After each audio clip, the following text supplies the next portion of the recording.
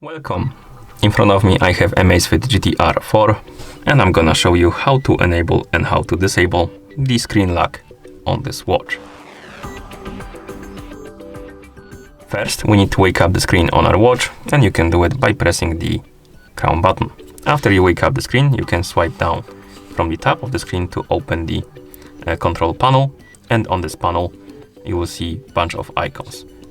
Now you can swipe left and right on the screen to scroll through the pages of control panel, and on the second page you will see this icon, the lock icon. This is the screen lock icon, and to enable screen lock simply tap on this icon. As you can see, now the screen lock, or rather, screen lock is enabled and you won't be able to use the touch screen.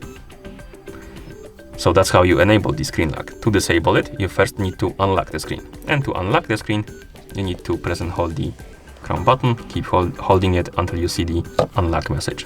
Now we can use the touch screen, and to disable the lock screen you need to open the control panel, tap on the lock icon, and once the icon is not highlighted anymore, it means that the screen lock is disabled. Because if you won't disable it, the screen turns off. After a couple of seconds it will be locked again. So if you enable this option and unlock the screen, then wait for a couple of seconds for it to turn off, basically to save the power.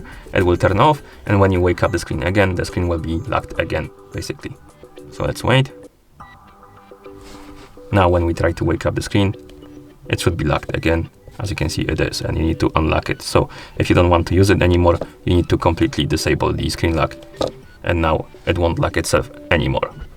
Okay, and that's how you enable and how you disable the screen lock on this watch. Thank you for watching. If you found this video helpful, please consider subscribing to our channel and leaving the like on the video.